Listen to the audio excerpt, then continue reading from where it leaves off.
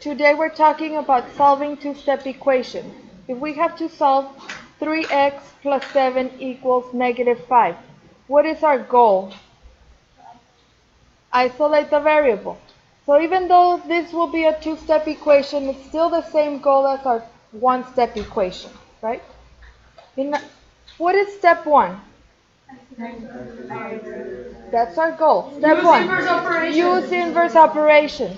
So when we have multiplication and we have addition, we have to always begin by undoing addition or subtraction, and then multiplication or division, either or. So in this case we have multiplication and we have addition.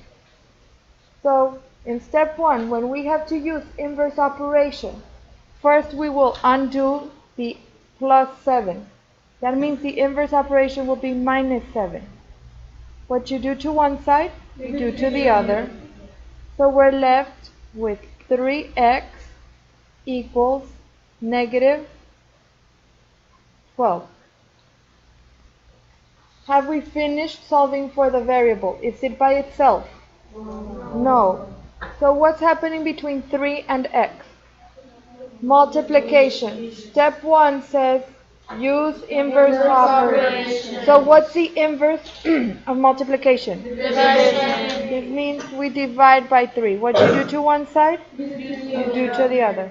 So x is equal to negative 4. Now we're going to check. My original equation is 3x plus 7 equals negative 5.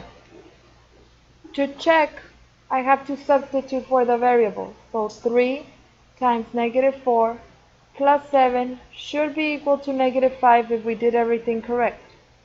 3 times negative 4, negative 12, plus 7, it should equal negative 5.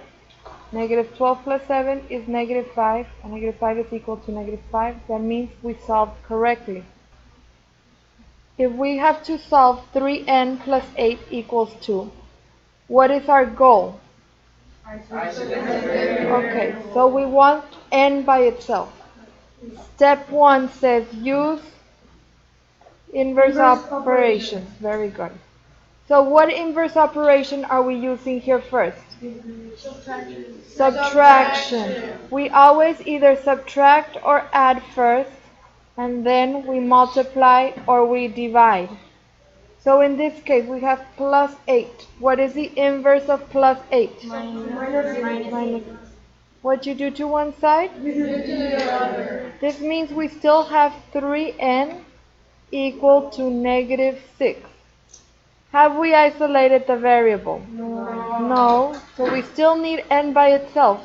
That means we need to do what? The inverse operation is division. What you do to one side, you do to the other. And n is equal to negative 2. Let's check our answer. 3n plus 8 equals 2. 3 times negative 2 plus 8 should equal 2. Negative 6 plus 8 should equal 2. And yes, 2 equals 2. That means we solved correctly. If we need to solve c over 6 minus 2 equals 6, our goal is to isolate c. We want c by itself. To do that, we have to start by undoing either addition or subtraction, and then multiplication or division. Whatever is in the equation. In this case, we have division and subtraction. What is the inverse operation of subtraction? Addition. So we're going to add 2. What you do to one side, you do to the other. That means that c over 6 is equal to 8. Have we finished isolating c? No, we have 6. The inverse operation of division is multiplication. So we multiply times 6. What you do to one side, you do to the other. C is equal to 48.